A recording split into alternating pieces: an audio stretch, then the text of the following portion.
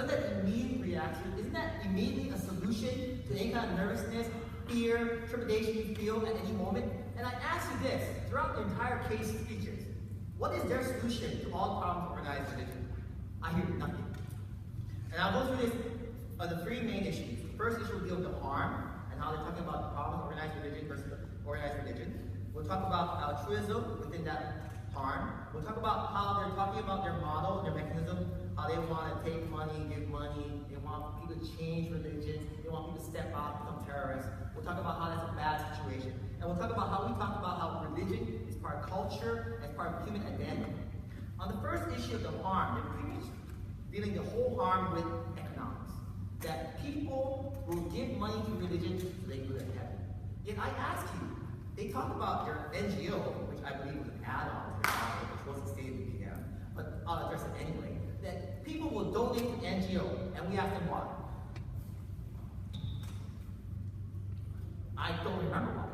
But people will donate to charity because it makes them feel good. People will donate to charity because the moral bind that they have to their religion, that they should help the poor, they should be like Jesus in the Bible, that they help Christians go out and help people. Mormons go out and do missions for 2 years. They will help people. And they talk about all the problems with NGOs, and they talk about all the problems about charities. And I ask you, is that mutually exclusive? What is the barrier for every problem they brought up for charities, other religion, does it not also affect NGOs?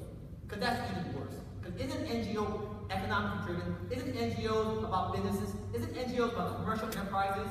So at the end of the day, which is better religion? Will it be the church, or will it be the economic, please help me, I started this charity myself as an NGO, trust me, just don't need money now, okay?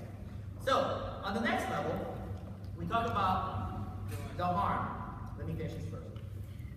In terms of their mechanism, let's go to the mechanism, they talk about the ability of people to begin to step out of religion to make their own choice, and that'd be why.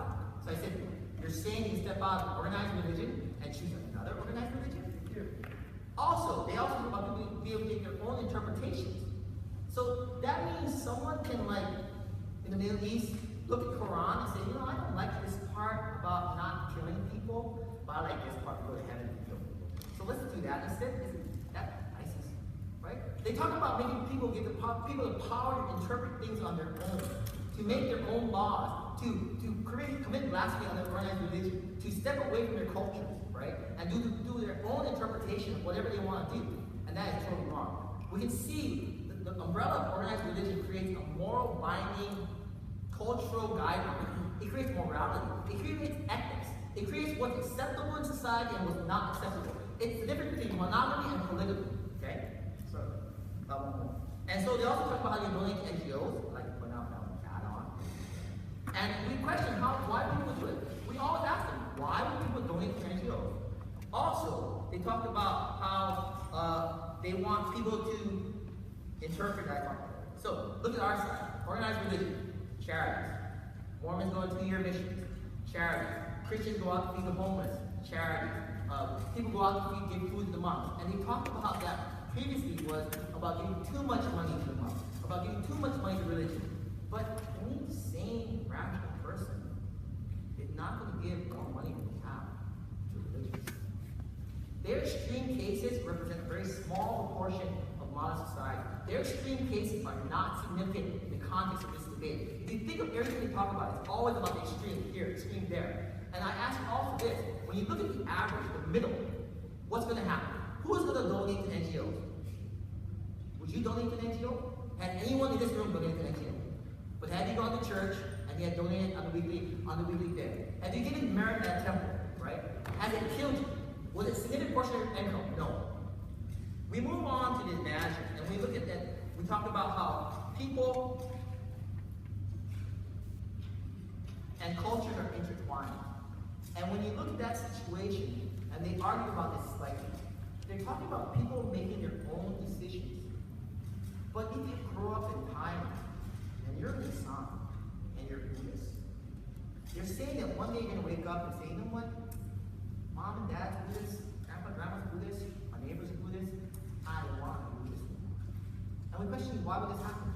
They talk about temples as being areas where people have discourse, and they talk about people being able to choose other activities. And I question to you, Where is the solvency in the government's case? The burden of proof was placed on their side. They talk about all these harms, all these problems. But where did they solve the problems? Yes, we admit that the harm might exist. Organized religion is not perfect. However, that's not mutually exclusive. Their model is obviously not perfect. Everything they say against us goes against them. Yes, we admit that organized religion has some disadvantages. However, the government team did not elaborate upon disadvantages. But at the end of the day, who's going to solve the harm? Who's going to help the people in the streets? Who's going to make the people feel better? Who will give you that kind of grace at the end of the day? You know? And I looked around this room and I said, let's pray. And everyone smiled. Everyone looked at the door nice. You know? You prove to me that why people that originally without any organization do interpret the Quran to killing all the people. That is a really good question. So you're talking about people that are not in any organized religion? First of all, isn't that off topic? You're not in organized religion, so you're outside the resolution. But secondly, when you're outside organized religion, what is their moral code? What is their ethics? Almost every religion in the world has do not kill, do not steal, do not lie. Buddhism, Islam, Mormon, Christian, Catholic, right? Every society has a religion, and that's because religion is the opiate of the masses. Religion allows people to look around and say, you know what?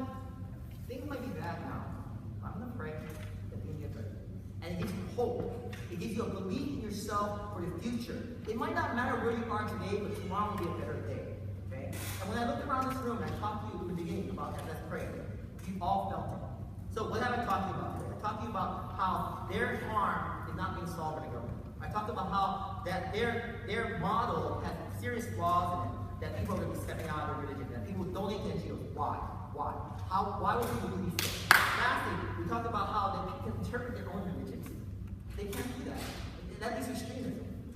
Lastly, on the last level, if you look at morality, you look at history, religion makes people happy.